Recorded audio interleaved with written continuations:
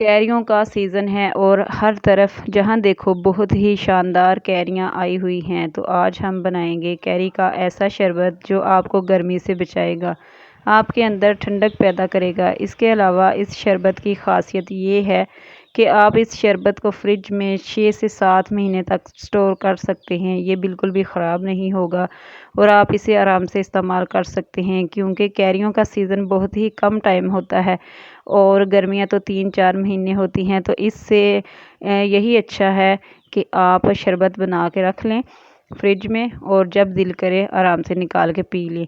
6 से 7 महीने इस्तेमाल करें और ख़ुद को गर्मी से बचाएं।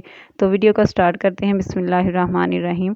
आधा किलो मैंने यहाँ पे कैरियाँ ले ली हैं, इनको अच्छे से धो लिया है और कैरियाँ हमने कच्ची लेनी है, पकी हुई कैरी नहीं लेनी है। आजकल बहुत ही शानदार कैरियाँ आई हुई हैं, बस कुछ दिनों के बाद ये पीली हो जाती हैं। तो बेहतर यही है कि ये शरबत आप आज ही बना लें।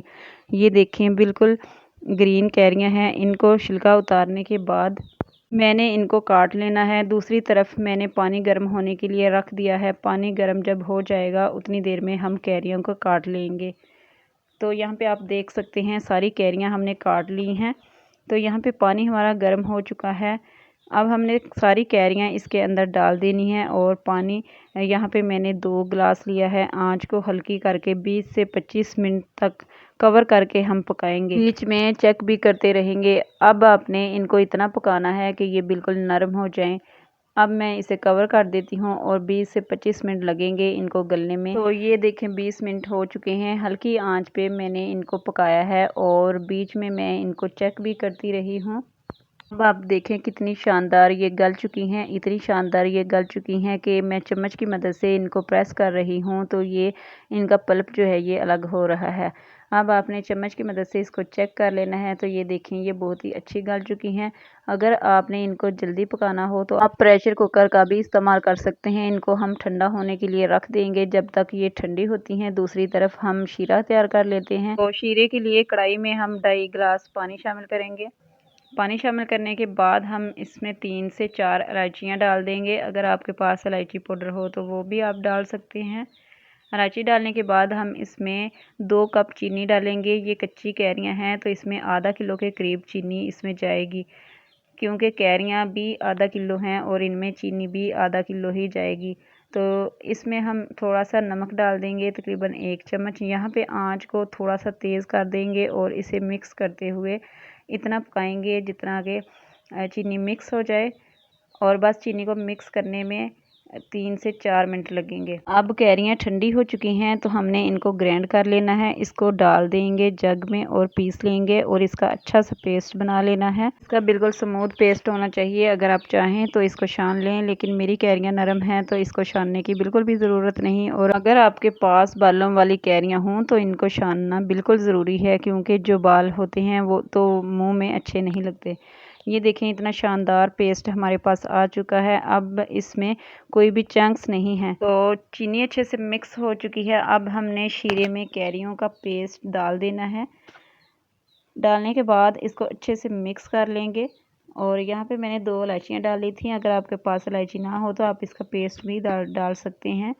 तो 1 टीस्पून इसमें मैंने नमक डाला था। आपको पता होगा कि गर्मियों में हमें बहुत ही पसीना आता है, जिसकी वजह से हमारे जिस्म का नमक निकल जाता है। इसकी वजह से डिहाइड्रेशन हो रही होती है, तो ये नमक बेहतरीन काम करेगा। इसके अलावा इसमें थोड़ा सा हम ग्रीन कलर डालेंगे, इससे लुक बहुत ही अच्छी आएगी। इससे इसका कलर बहुत ही खूबसूरत आएगा। तो यहाँ पे मैं जो ऊपर जाग आ रही है इसको पहले निकाल लेंगे हम, क्योंकि ये जाग जो होती है ये चीनी हमारी थोड़ी गंदी होती है तो उसकी वजह से ये जाग बन जाती है। तो पहले मैं जाग को निकाल लूँगी, उसके बाद हम इसमें ग्रीन कलर डालेंगे। ग्रीन कलर ले लिया है मैंने यहाँ पे 2 चुटकी। इसको अच्छे से मिक्स कर लिया है। इससे इसकी लुक बहुत ही अच्छी आएगी। तो हमारा ये ठंडा ठार शरबत बिल्कुल बाजार जैसा होगा। तो बच्चों के लिए तो ये बहुत ही अच्छा रहेगा और बच्चों को बिल्कुल भी पता नहीं चलेगा कि आप इनको कौन सा शरबत पिला रहे हैं। तो ये बेहतरीन तरीका है बच्चों को ठंडा शरबत पिलाने का। 1 टीस्पून अगर आप चाहें तो इसमें भुना कुटा ज़ीरा डाल दें, लेकिन मैंने नहीं डाला क्योंकि मुझे नहीं पसंद। अब हम इसको पकाएंगे, ये थोड़ा सा गाढ़ा हो जाएगा। आपको चेक करके बताती हूँ कि ये कितना गाढ़ा होना चाहिए। अब ये थोड़ा सा चिपचिपा हो जाए, उंगली की मदद से हम इसे चेक करेंगे। तो ये थोड़ा सा चिपचिपा हो जाए तो समझें आपका शरबत बिल्कुल तैयार है। कोई तार नहीं बनानी, बस हल्का सा चिपचिपा हो जाए तो हम इसे उतार लेंगे, चूल्हे को बंद कर देंगे और ये हमारा बहुत ही मज़ेदार शरबत तैयार हो चुका है। बस इतना ही गाढ़ा होना चाहिए, क्योंकि अगर ज़्यादा गाढ़ा कर देंगे तो बाद में और ज़्यादा गाढ़ा हो जाएगा। फिर इसको किसी बोतल में डाल के हम फ्रिज में रख देंगे। अगर ज़्यादा बना रहे हैं तो चीज़ों को डबल कर दें, बोतल में डाल के फ्रिज में रखें। फ्रिज में रखेंगे तो ये 6 से 7 महीने ख़राब नहीं होगा और आप आराम से इस शरबत को इस्तेमाल कर सकते हैं।